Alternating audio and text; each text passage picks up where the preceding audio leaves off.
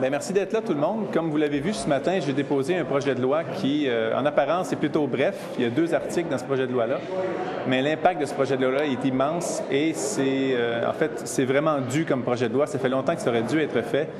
Et comme je vous le disais, le simple fait que ce soit un très bref projet de loi n'a aucun lien avec le fait que c'est un projet de loi extrêmement important. Et quand on parle de victimes d'actes à caractère sexuel et qu'on donne un délai de 3 ans pour aller de l'avant dans des procédures civiles, en quelque sorte, on ajoute un fardeau sur les épaules de victimes qui déjà ont de la difficulté, évidemment, à parler de ça. Il y en a que ça peut prendre 5 ans, 10 ans, 20 ans. Il y en a que ça peut prendre toute une vie avant même d'être capable de parler de ce qui leur est arrivé. Donc, on trouve que c'est absolument inacceptable qu'il y ait ce délai, cette prescription de 3 ans dans la législation québécoise. Et d'ailleurs, ce n'est pas une révolution québécoise qu'on fait avec ce projet de loi-là, puisqu'on est déjà en retard sur d'autres législations qui ont déjà fait en sorte de corriger cette anomalie-là. Et pour ceux qui s'intéressent à la chose économique, c'est un projet de loi qui ne coûte absolument rien non plus. Donc, le gros bon sens nous dicte d'adopter ce projet de loi-là tout de suite et rapidement. Évidemment, en tout premier lieu, pour le bien des victimes elles-mêmes, mais aussi parce que la législation a une faille à ce niveau-là et il faut la réparer au plus vite. J'étais très content ce matin, après le dépôt du projet de loi, de voir que le ministre de la Justice était ouvert et va d'ailleurs lui-même déposer un projet de loi au retour de Pâques, au retour de la semaine de relâche parlementaire. Et on espère que le contenu de son projet de loi va se rapprocher de celui-ci pour, comme je le disais, réparer une brèche dans la loi qui nous apparaît très urgente de réparer. Donc, le déroulement aujourd'hui, je vais laisser la parole ensuite à ma collègue, la députée de Crémazie, qui a aujourd'hui posé une question sur ce même projet de loi-là. Et ensuite, il y a certains représentants des victimes qui vont prendre la parole à tour de rôle. J'ai l'ordre d'intervention ici. Ensuite, il y a Mme Maître Mécan, qui a été celle qui était à l'origine de ce projet de loi-là, qui y travaille depuis un bon moment et qui va être là aussi si vous avez des questions d'ordre un peu plus technique. Moi, je suis économiste, je ne suis pas avocat, donc je peux vous parler du principe du projet de loi, mais s'il y a des questions techniques, des questions de comparaison des législations différentes au Canada, Maître Mécan va être là pour toutes vos questions. Donc, je vais tout de suite laisser la parole à ma collègue de Crémazie, Mme Lisette Lapointe. Merci. Alors, bonjour à nouveau à toutes les personnes qui sont ici. Il y avait une vingtaine de personnes qui ont été victimes d'agressions sexuelles dans leur vie, souvent pendant leur enfance, qui étaient présentes dans nos tribunes aujourd'hui. Et la question que j'ai posée au ministre, ça donnait bien, là, parce que, j'avais la possibilité de poser une question aujourd'hui. Je m'étais préparée parce que je n'étais pas du tout certaine d'avoir une réponse aussi favorable que celle que nous avons eue. Je dois vous dire qu'on a vécu un moment exceptionnel. C'est très, très, très, très rare qu'on se lève en chambre pour poser une question et que le ministre nous répond « Écoutez, on est d'accord, on va agir ».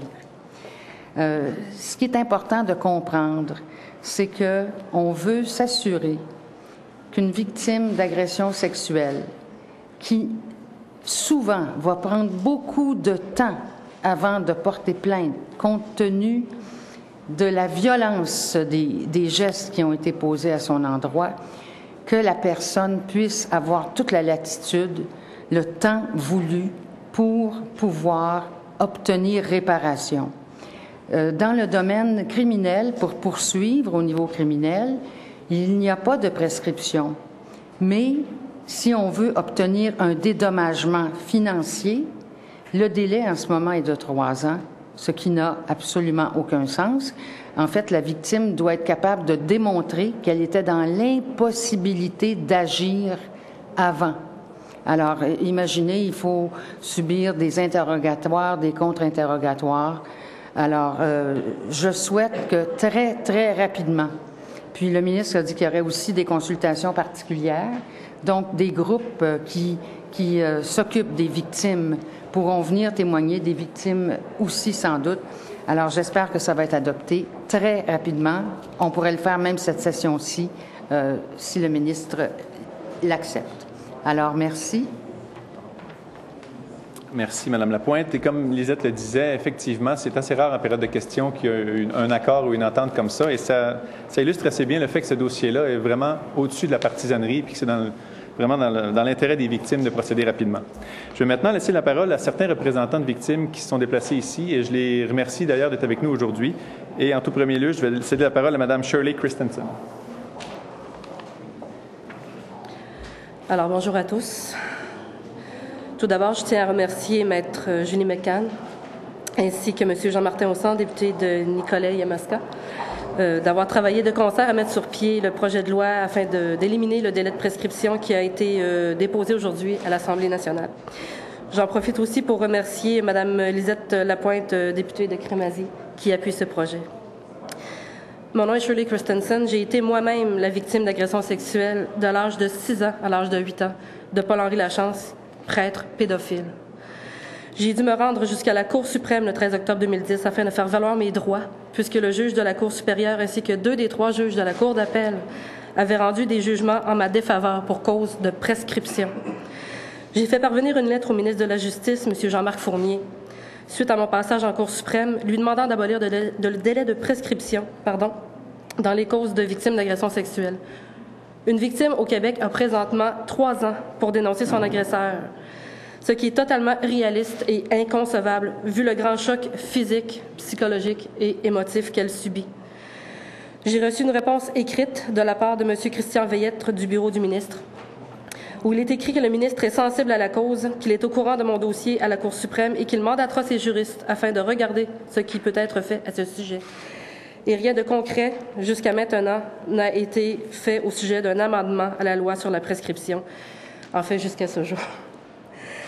Au Québec, si une victime veut poursuivre son agresseur au civil passé le délai de 3 ans, elle doit payer pour subir une expertise auprès d'un psychiatre qui lui coûtera au bas mot 2 000 $ afin de prouver qu'il n'était pas apte à dénoncer en dedans du délai de 3 ans.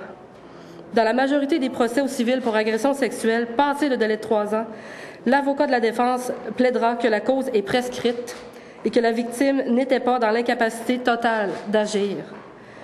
Une victime d'agression sexuelle, qu'elle soit mineure ou non, n'est jamais tout à fait prête psychologiquement à dénoncer son agresseur. Elle est retenue par la peur des représailles, la peur de ne pas être crue, peur du jugement des autres, et elle est paralysée par la honte d'avoir été un objet sexuel et d'avoir été souillée.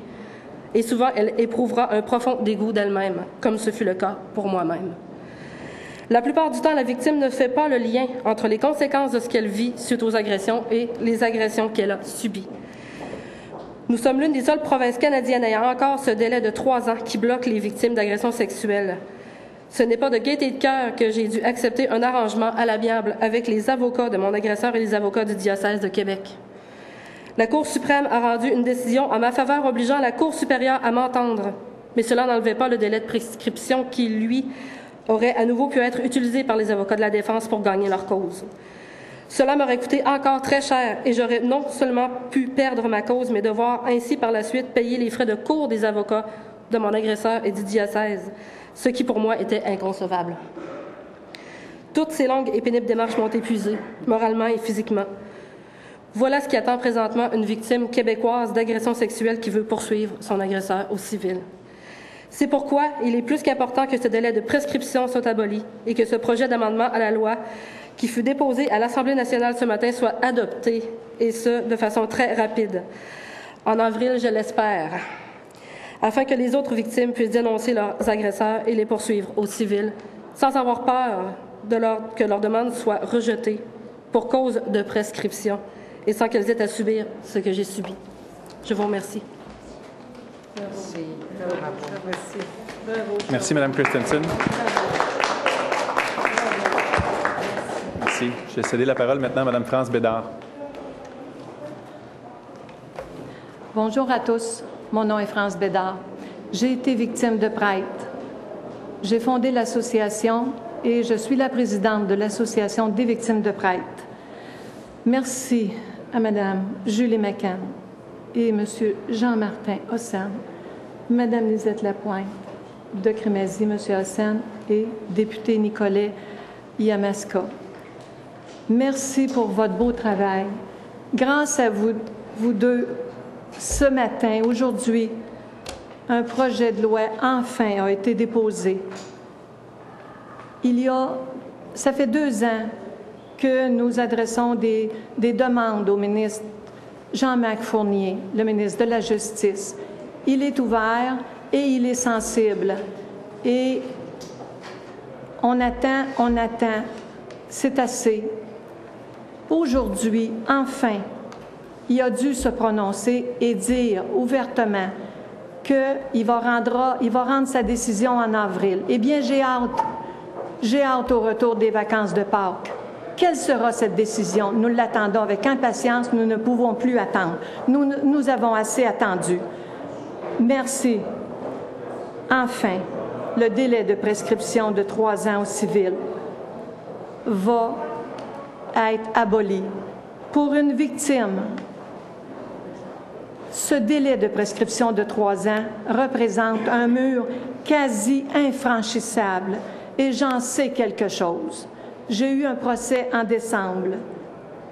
Je souhaite qu'aucune autre victime vive ce que j'ai vécu. Vive une deuxième injustice. Être traitée comme si c'était moi la coupable, alors que j'ai été violée quand j'étais mineure. Les victimes sont lésées par le délai de prescription dans leurs droits parce qu'ils sont bloqués dans l'accessibilité de la justice. Pourtant, ça devrait être accessible à tous. Mais quand on rencontre ce délai de prescription, Mme Christensen, elle a complètement raison, c'est d'énormes frais qu'une victime a à débourser et je vous le dis, c'est plus que 2 000 $. Et ce que ça m'a coûté pour essuyer une décision qui a été en ma défaveur, ça m'a coûté très cher. Mais le juge a reconnu que j'ai subi une injustice grave, mais il n'a pas le pouvoir de changer la loi. Alors, c'est, comme je vous dis, il faut travailler sans cesse, il faut que ce soit aboli pour toutes les personnes qui ont été victimes d'agressions sexuelles. On parle de nos enfants, c'est notre priorité. Bâtir un pays avec des enfants qui ont été brisés à leur bas âge, ça devient des personnes qui sont très fragilisées. Et c'est pas ça qu'on espère pour notre relève. J'ai fondé l'Association des victimes de Pride en 2008. Et depuis, j'ai pris connaissance de l'existence du délai de prescription. La majorité des gens ignoraient cette existence-là. Et on s'est donné comme mission de l'abolir. Et il y a des victimes qui nous ont contactés. Ils ont rencontré cet obstacle qui était de taille. Nous avons accompagné Mme Christensen jusqu'à la Cour suprême. Je la félicite de son grand courage. L'Association des victimes de Pride, depuis que je l'ai fondée, j'ai des centaines de victimes qui m'ont contactée.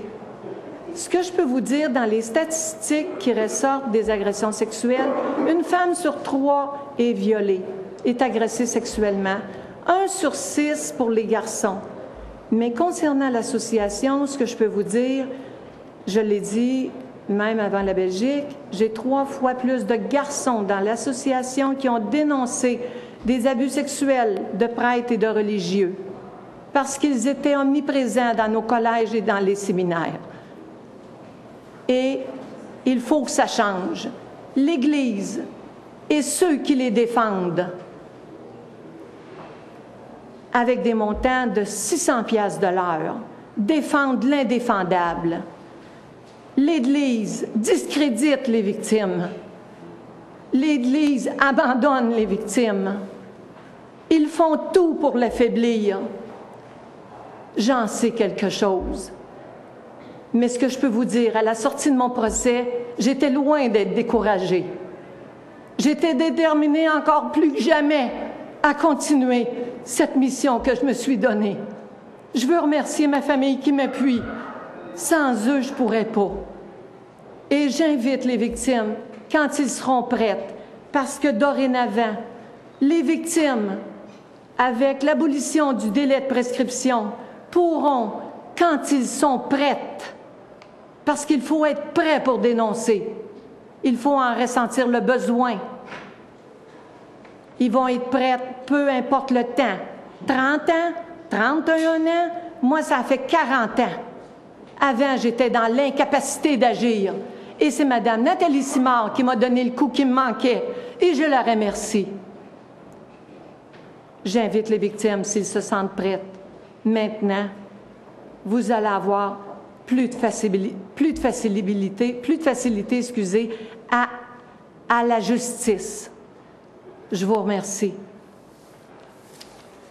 Merci, Mme Bédard. Merci. Je vais regarder le petit déroulement ici. Merci beaucoup. Je vais maintenant céder la parole à M. Franck Tremblay. Bonjour à tous, merci d'être présents. Je suis Franck Tremblay. Ce qui vient de se produire un peu plus tôt ce matin dans le Salon Bleu, c'est rien de plus que l'évolution d'une société. L'agression sexuelle n'a pas de limite d'âge. C'est pourquoi ces grands criminels vont puiser dans toutes les tranches de la population et se rendre jusqu'aux individus les plus vulnérables parmi nous, les enfants.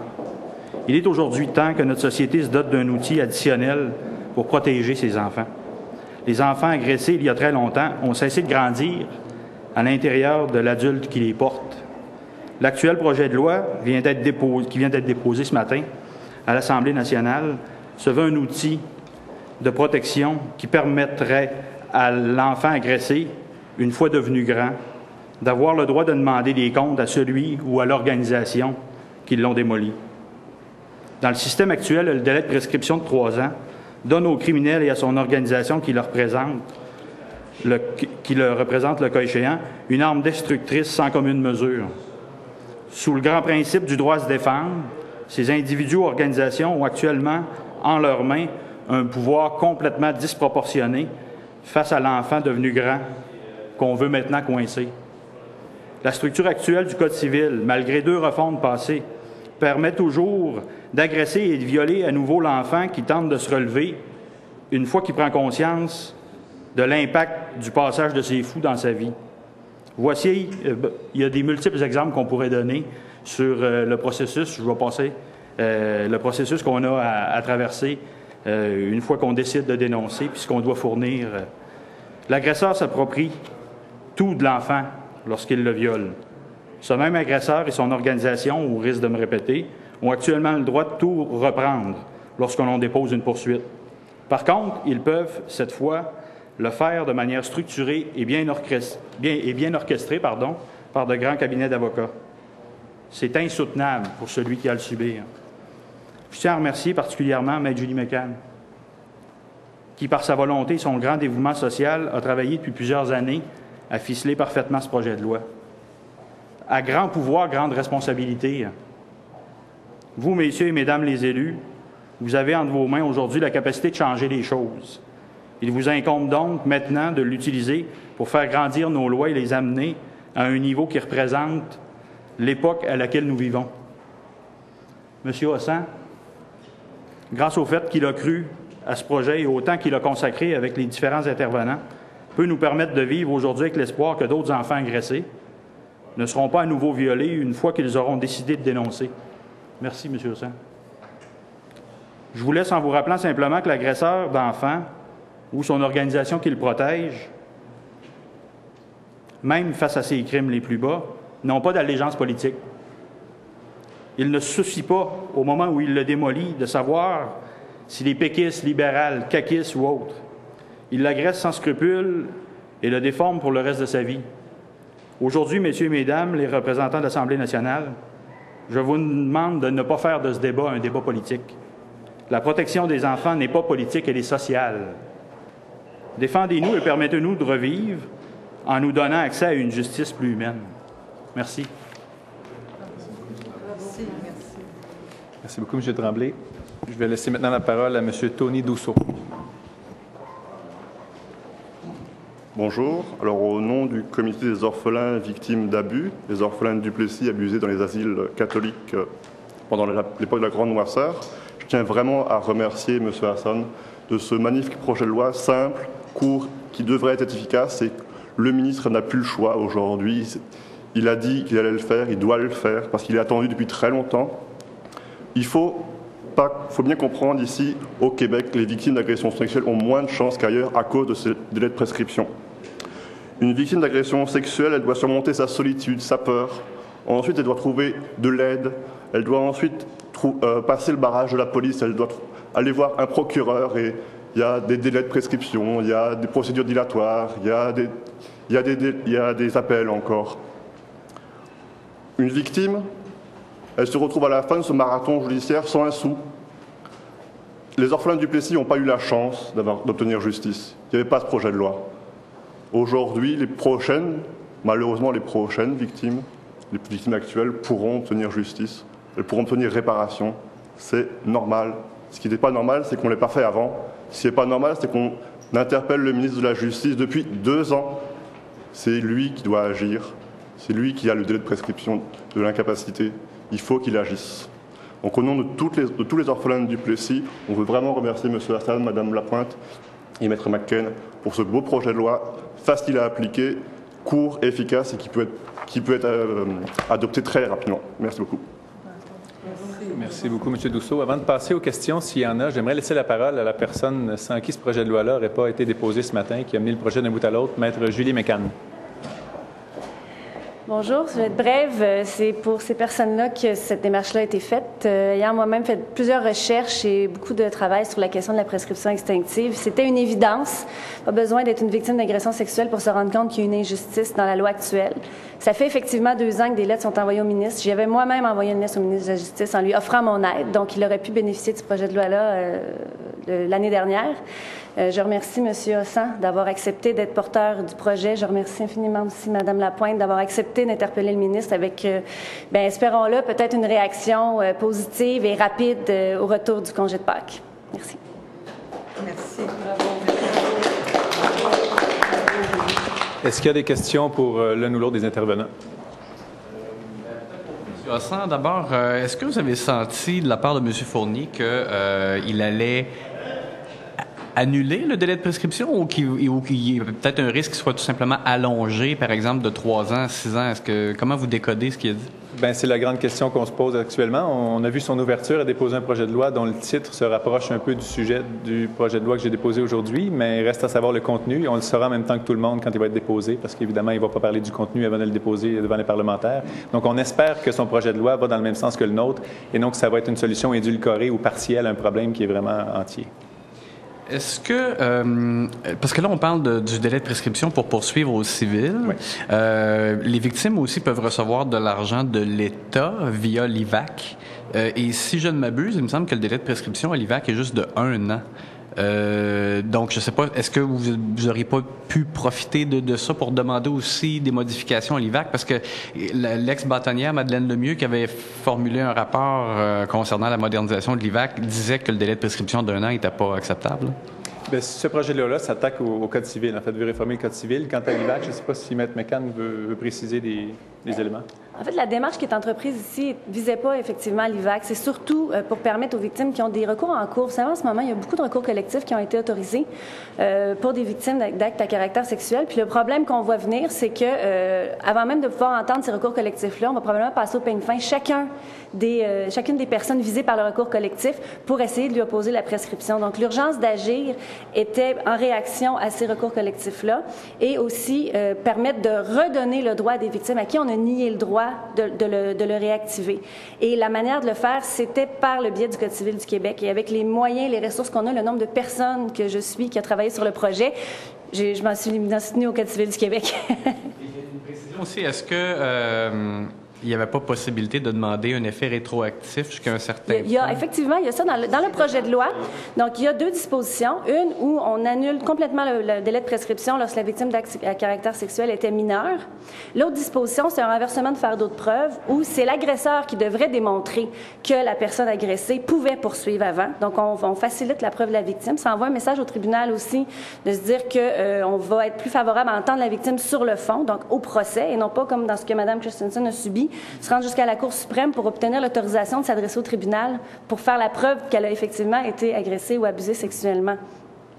Dans un deuxième temps, comment est-ce qu'on met en application cette loi-là? Donc, c'est par le biais d'une disposition fenêtre, donc de permettre aux victimes dont le recours a été rejeté dans le passé de bénéficier d'un délai de 2 ans pour réactiver leur recours s'il a été rejeté effectivement sur la base de la prescription. Et donc, cette fenêtre-là, c'est quelque chose qui s'est déjà fait ailleurs aux États-Unis. Donc, au Delaware, en Californie, entre autres, quand on a voulu abolir le délai de prescription, c'est ce qu'on a offert aux victimes. Donc, je me disais qu'on devrait être au moins aussi généreux envers les victimes québécoises. Donc, c'était l'idée. Dites-moi, donc, ça veut dire que pour Mme Bédard ou Mme Christiansen, éventuellement, il y aurait une opportunité de se représenter devant le tribunal? Effectivement. Donc, parce que la question de la prescription ne serait plus la question de fond, serait plus le moyen de défense à invoquer pour que le recours soit rejeté. Mais en fait, il pourrait être rejeté si on faisait l'absence de dommages, ce qui, manifestement, doit être assez difficile à faire compte tenu de la nature des gestes qu'ils ont subis. Donc, c'est un espoir pour vous aussi, Mme Bédard ou Mme Christiansen. Avez-vous un petit mot à dire là-dessus? En fait, j'aurais dit probablement plus pour Mme Bédard parce que... Oui. J'aurais dit probablement plus pour Mme Bédard que pour moi-même parce que moi, il y a eu un règlement hors cours, alors je ne peux plus poursuivre puisque j'ai accepté le règlement hors cours. Mais je souhaite de tout cœur à Mme Bédard et aux autres victimes, M. Tremblay, entre autres. Oui, j'étais assez émue d'apprendre qu'il y avait possibilité pour moi, mais ce que je peux vous dire, j'avais décidé de porter ma cause en appel et j'étais déterminée à continuer parce que il y avait vraiment eu injustice à la décision de mon procès. Et ce que je peux vous dire, j'ai hâte de dire un jour, le Québec, c'est l'enfer pour les pédophiles. Parce qu'ici, je l'ai dit souvent, le Québec, c'est le paradis pour les pédophiles. Mais je rêve au jour où je vais dire, le Québec, c'est l'enfer pour les pédophiles. Puis bravo pour nos enfants. Alors, c'est une grande journée pour nous aujourd'hui. Je remercie les personnes, Mme McCann, M. Hussan, Mme Lapointe, du beau travail et au nom de toutes les victimes d'agressions sexuelles. C'est un moment inusité aujourd'hui, ce qui s'est passé, ce qui s'est vécu ici à l'Assemblée nationale, et c'est à retenir cette journée-là. Merci. M. Boivin. Petite question pour Mme McCann. Sur un plan un peu plus politique, le bruit court que vous êtes tenté par une candidature pour Option nationale dans la région de Québec, je me demandais si c'était, un, effectivement le cas, et deux, si vous aviez un comté en tête. Allez-vous voter pour moi? Je vous dirais qu'il y a des belles annonces qui s'en viennent pour le parti, mais aujourd'hui, je tiens à ce qu'on laisse la place aux victimes pour ce dossier-là, et surtout que ça fait, pour ma part, 6 ans que je travaille là-dessus. Donc, pour moi, c'est l'aboutissement de quelque chose. Je veux que ça soit vu comme une démarche citoyenne. Donc, quand on est un citoyen, quand on a une idée, quand on a un point à faire valoir, quand on réussit à le vendre, puis qu'il y a un député qui accepte d'être porteur, une députée qui accepte de poser des questions, pour moi, c'est un grand moment d'initiative citoyenne, puis pour le reste, ça ne tardera pas. Ne vous en pas. Merci beaucoup, tout le monde. Merci. Merci. Merci. Merci.